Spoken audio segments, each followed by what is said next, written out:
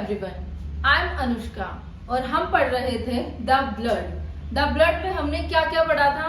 हमने पढ़ा था कि ब्लड क्या होता है, उसके फंक्शंस क्या क्या होते हैं और उसमें कौन कौन से कंपोनेंट्स होते हैं। और उन्हीं कंपोनेंट्स में हमने पढ़ा था कि आरबीसी क्या है। लास्ट क्लास में हमने आरबीसी पढ़ा था और आज की क्लास में हम कैरी ऑन करेंगे डब्ल्यूबीसी कि डब्ल्यूबीसी क्या है, डब्ल्यूबीसी को हम क्या कहते हैं। ठीक है, डब्ल्यूबीसी है ल्यूकोसाइट्स। डब्ल्यूबीसी का जो दूसरा नाम है ल्यूकोसाइट्स। डब्ल्यूबीसी क्या है? व्हाइट ब्लड सेल्स, जो हमारे ब्लड के अंदर प्रेजेंट होते हैं, जिसमें आरबीसीज होता है, डब्ल्यूबीसीज होता है और प्लेटलेट्स। उसी के जो सेकंड है हमारा डब्ल्यूबीसी, जिसको हम क्या कहते हैं? ल्यूकोसाइट्स। ठीक है, उसके फर्स्ट है हमारा WBC is a colourless due to lack of HB। जो हमारा WBC होता है, जो व्हाइट ब्लड सेल होता है, वो क्या होता है? कलरलेस होता है। वो क्यों कलरलेस होता है? क्योंकि उसके अंदर HB नहीं होता, हीमोग्लोबिन प्रेजेंट नहीं होता। हमने आरबीसी में देखा था कि आरबीसी है वो क्या होता है? रेड कलर का होता है। वो क्यों रेड कलर का होता है? क्योंकि उसके अंदर क्या है? हीमोग्लोबिन प्रेजेंट होता है। लेकिन जो WBC है उसमें क्या है? हीमोग्लोबिन कम होता है, लैक ऑफ HB, मतलब हीमोग्लोबिन की कमी होती है, इसलिए वो क्या होता है? कलरलेस होता है।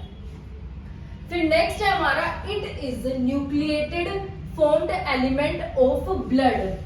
हमने उसमें आरबीसी में क्या पढ़ा था कि जो हमारा आरबीसी है उसके अंदर न्यूक्लियस एब्सेंट होता है, लेकिन जो हमारा WBC है उसके अंदर न्यूक्लियस क्या होता है? प्रेजेंट होता है। न्यूक्लियस क्या होता है? प्रेजेंट होता है। WBCs are irregular in shape, मतलब जो WBCs है उनकी कोई शेप नहीं होती, वो इरेगुलर होते हैं शेप में। लास्ट क्लास में हमने पढ़ा था जो आरबीसीज है वो क्या होते हैं? डिस्क शेप होते हैं। उनकी शेप कैसी होती है? डंबल शेप होती है, लाइक दिस। ओके, बट जो WBC है वो क्या है? इरेगुलर है इन शेप में। इनकी शेप क्या होती है? इरेगुलर होती है। फिर नेक्स्ट है हमारा life span of the WBCs are 10 to 15 days. जो लाइफ स्पैन होता है, जो हमारे बॉडी में जो ब्लड है उसके अंदर जो WBC का लाइफ स्पैन है, जो इनका जीवन है, वो कितने दिन का होता है? 10 to 15 डेज, 10 से 15 दिन तक। और जो आरबीसी है उनका कितना था? 80 to 120 डेज। और WBC का कितना है हमारा? 10 to 15 डेज। फिर है WBCs आर प्रेजेंट इन। जो WBCs है वो किस किस में कितने प्रेजेंट होते हैं? ठीक है, इन्फेंट में कितने होते हैं? 20,000। जो एक नॉर्मल इन्फेंट है उसके अंदर जो WBC की क्वांटिटी है वो होती है 20,000 सेल पर mm³। क्यों होते हैं ये इतने WBCs इन्फेंट में? क्योंकि जो बच्चों की जो इम्यूनिटी होती है वो क्या होती है? लो होती है। हम कहते हैं ना कि बच्चों को क्या करना चाहिए? बचा के रखना चाहिए कोल्ड से। सीजन के अकॉर्डिंग हम क्या देते हैं? उनको प्रोटेक्शन देते हैं। जो छोटे बच्चे होते हैं उनको ज्यादा प्रिवेंट करते हैं। वो क्यों करते हैं? क्योंकि जो इन्फेंट होते हैं उनकी जो WBC की जो मात्रा होती है वो ज्यादा होती है। जब WBC ज्यादा होंगे तो क्या होगा? उनकी इम्यूनिटी क्या है? लो हो जाएगी। तो जो चिल्ड्रंस है, चिल्ड्रंस में नॉर्मल होते हैं 10,000 to 50,000 और अडल्ट में क्या होते हैं? 4,000 to 11,000 सेल पर mm³। फिर है हमारा WBCs are the largest blood cell but they account only 1% of the blood volume. जो WBCs है वो क्या है? लार्जेस्ट ब्लड सेल है।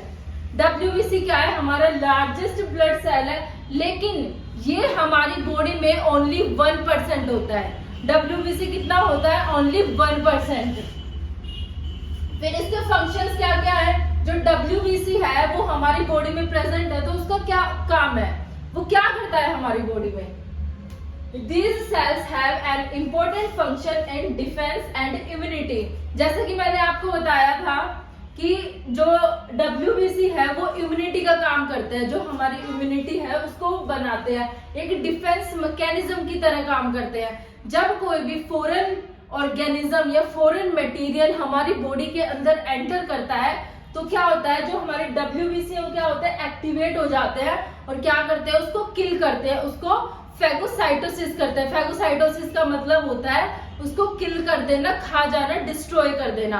तो WBC का भी क्या काम है, किसी भी फॉरेन बॉडी को, किसी भी फॉरेन माइक्रो ऑर्गेनिज्म को डिस्ट्रॉय कर देना।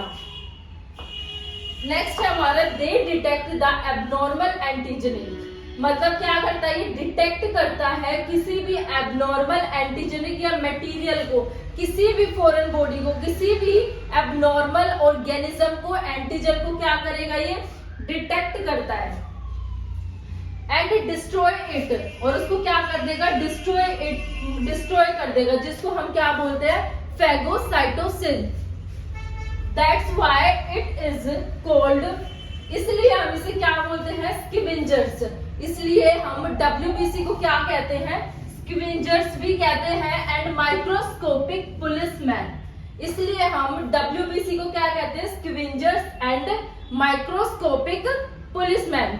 और जो ये WBCs है वो क्या होते हैं, 2 टाइप्स में होते हैं। फर्स्ट है ग्रैन्युलोसाइट और अग्रैन्युलोसाइट। टाइप्स ऑफ WBCs कितने टाइप्स के होते हैं, WBCs 2 टाइप्स के होते हैं। फर्स्ट कौन सा है हमारा, ग्रैन्युलोसाइट्स। फर्स्ट है जो हमारा क्या है, ग्रैन्युलोसाइट्स, और जो सेकंड है वो है हमारा अग्रैन्युलोसाइट्स। ग्रैन्युलोसाइट्स जो होता है उसके अंदर क्या होता है, साइटोप्लाज्म प्रेजेंट होता है। जो ग्रैन्युलोसाइट है उसके अंदर क्या होता है, साइटोप्लाज्म प्रेजेंट होता है, लेकिन जो अग्रैन्युलोसाइट है उसके अंदर साइटोप्लाज्म एब्सेंट होता है। साइटोप्लाज्म क्या है, एक तरह का फ्लूइड है जो कि सेल के अंदर पाया जाता है।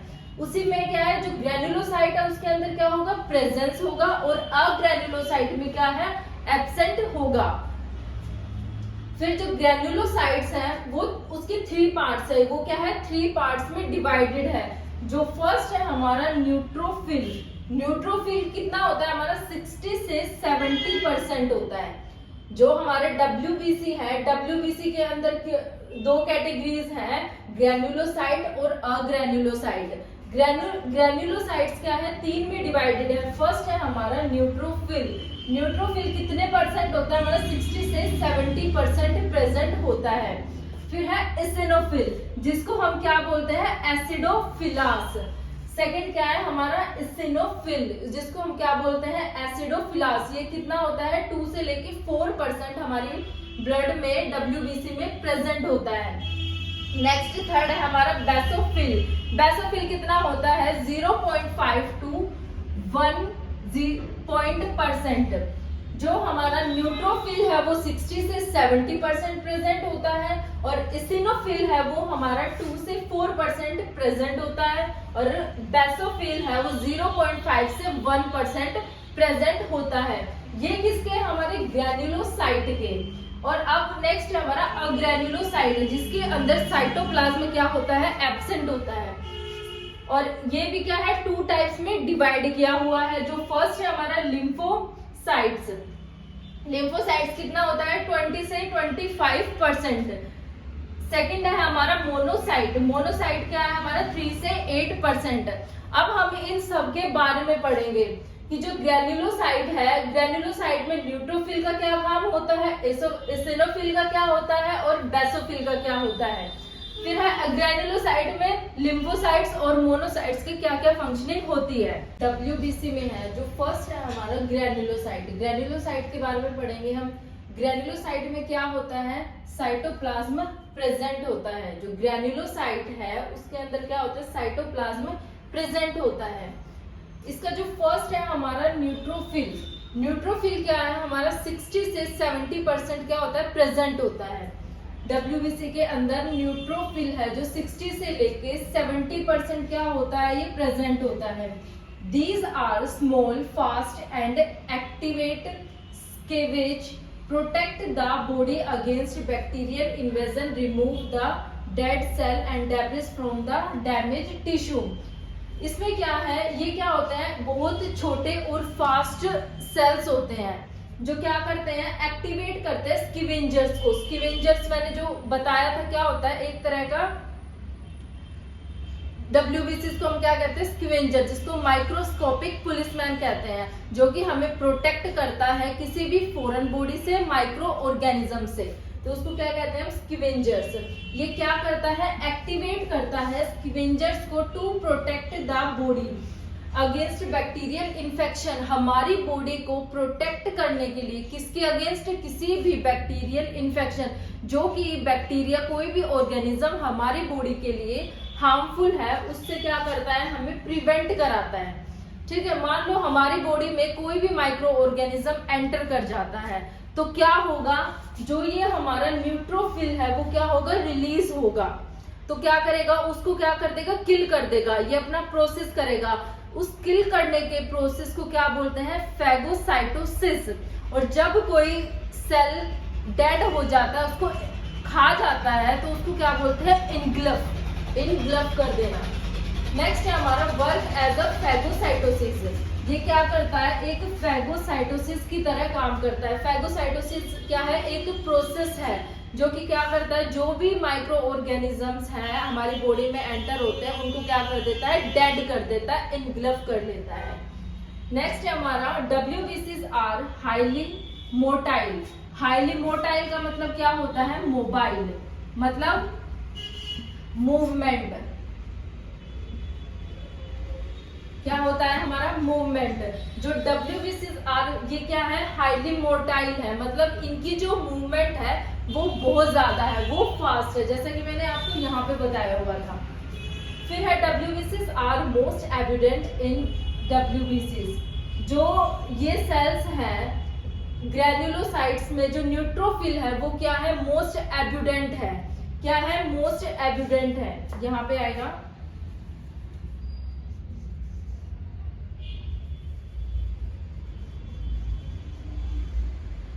These are most evident in WBC। जो ये न्यूट्रोफिल है वो WBC में क्या है, बहुत ज्यादा पाए जाते हैं। क्या, कितनी, 60 to 70%।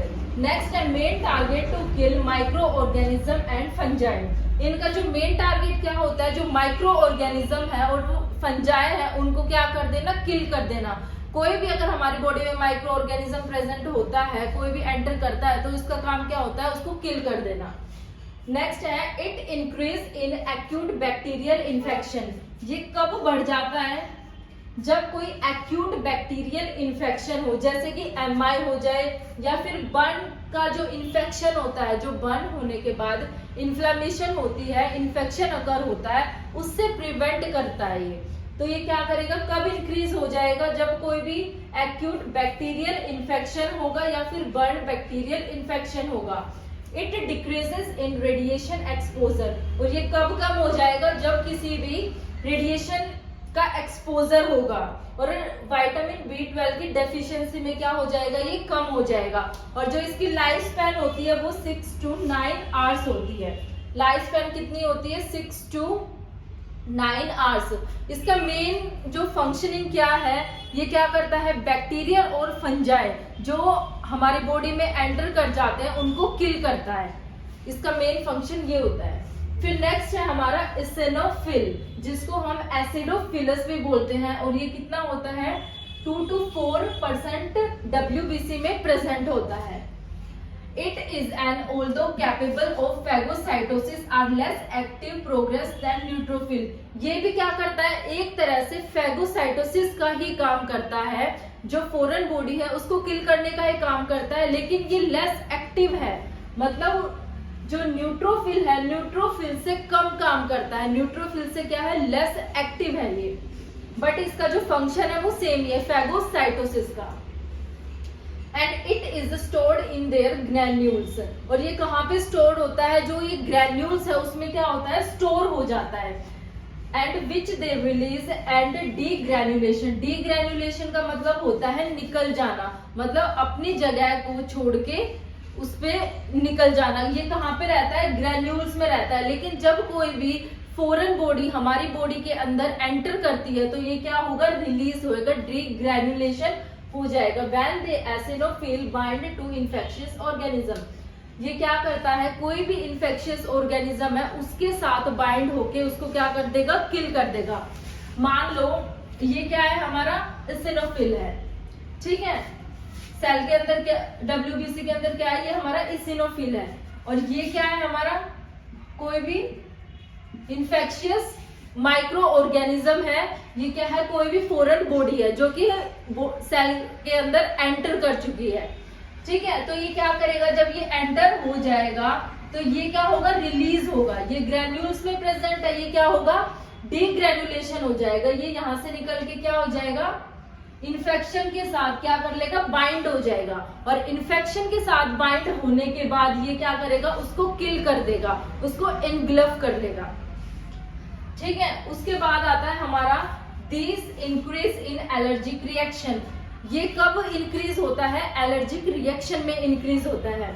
ये कब इंक्रीज होता है, कोई भी एक्यूट बैक्टीरियल इन्फेक्शन, कोई भी फंजाई हो जाए, ये कब इसमें इंक्रीज होता है। और ये होता है कोई भी एक्यूट सा एलर्जिक रिएक्शन हो जाए, कोई भी स्किन रिएक्शन हो जाए, स्किन एलर्जी हो जाए, उसमें क्या होता है, ये इंक्रीज हो जाता है। लाइक अस्थमा, कोई ड्रग एलर्जी हो गई, कोई पैरासाइट एलर्जी हो गई, ठीक है। इन्फेक्शन हो गया, डर्मेटाइटिस, डर्मेटाइटिस मतलब कोई भी स्किन की इन्फ्लामेशन हो जाना। आइटिस का मतलब क्या होता है, इन्फ्लामेशन, इन्फ्लामेशन। और ये डिक्रीज कब होता है, जब कोई भी ड्रग की टॉक्सिसिटी होती है या फिर बहुत ज्यादा स्ट्रेस होता है, तब ये क्या हो जाता है, डिक्रीज हो जाता है। तो नेक्स्ट है हमारा बेसिनोफिल। बेसिनोफिल कितना होता है हमारा, 0.5 to 1% क्या होता है, WBC में प्रेजेंट होता है। और ये लीस्ट कॉमन ऑफ WBC है, मतलब बहुत कम पाया जाता है WBC में। और ये क्या करता है, एक तरह से सिक्रेशन करता है हेपेरिन की।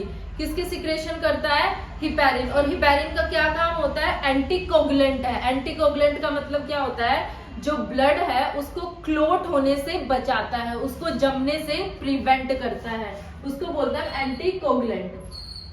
It increases in allergic reaction and hypothyroidism. ये कब इंक्रीज होता है, जब कोई एलर्जिक रिएक्शन होती है या फिर हाइपोथायराइडिज्म, मतलब जो थायराइड का लेवल है वो क्या हो जाता है, कम हो जाता है। हाइपो का मतलब होता है डिक्रीज हो जाना, कम हो जाना। जब थायराइड क्या हो जाता है, कम हो जाता है, तब ये क्या होगा, इंक्रीज हो जाएगा।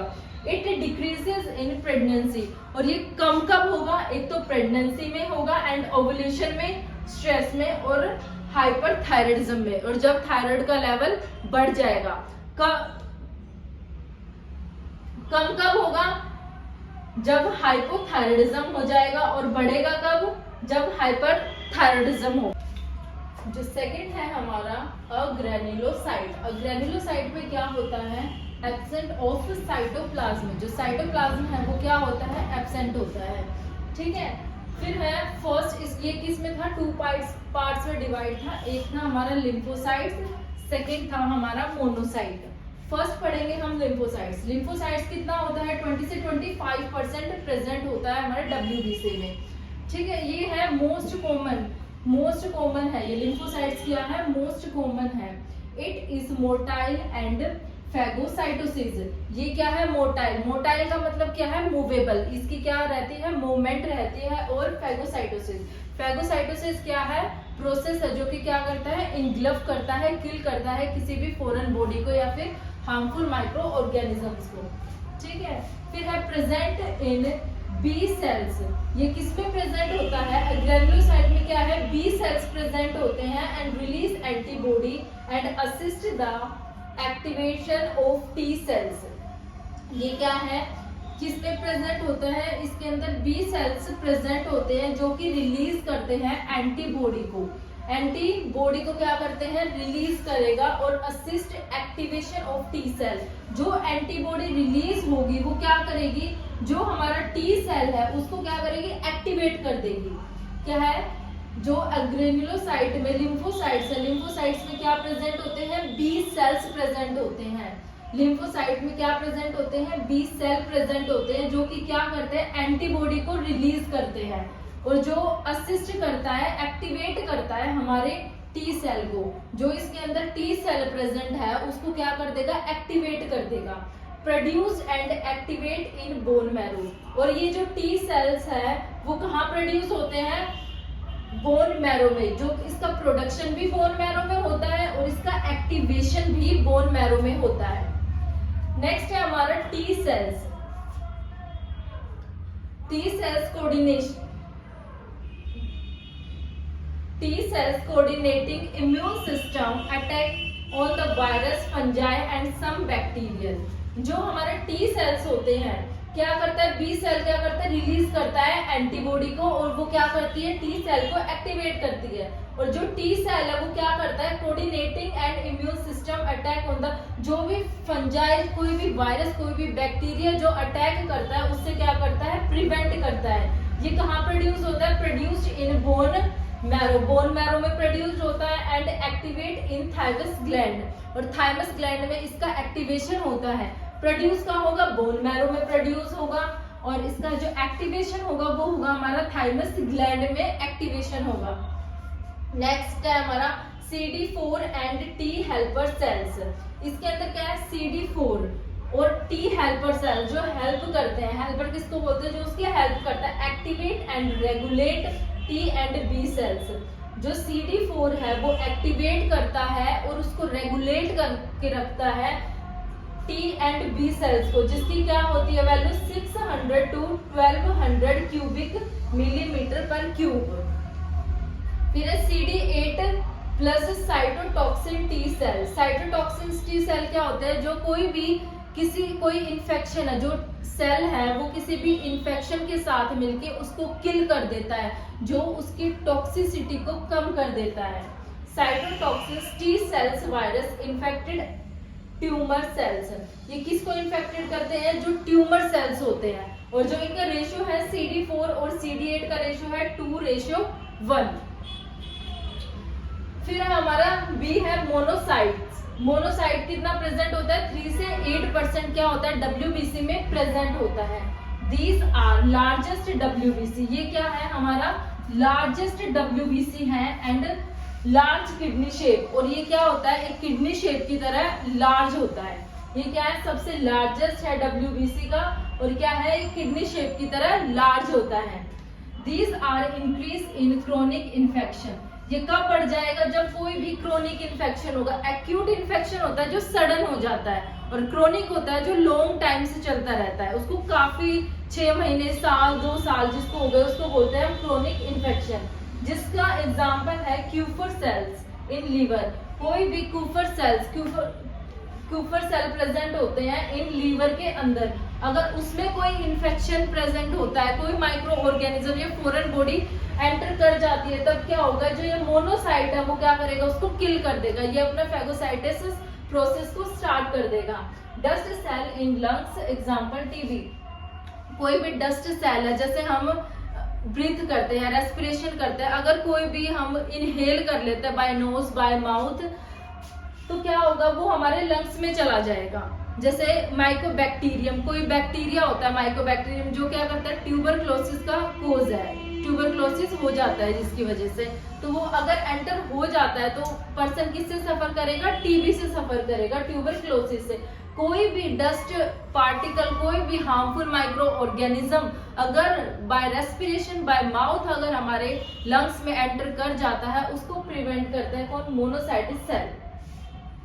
फिर है inflammatory bowel syndrome, increase ulcerative colitis. Bowel syndrome मतलब जो हमारी पेट से जो इंटेस्टाइन वगैरह है, अगर उसके अंदर कोई बाय फूड, अगर फूड के थ्रू या फिर हमारे कुछ मुंह में से कोई फॉरेन बॉडी चली गई है, उसको क्या कौन किल करता है, हमारा मोनोसाइट, जो कि 3 to 8% होता है। तो ये था हमारा WBC जो कि कंप्लीट हो गया है। हम पढ़ेंगे नेक्स्ट क्लास में प्लेटलेट्स। अगर आपको वीडियो अच्छी लगी हो तो please like, share and subscribe. Thank you.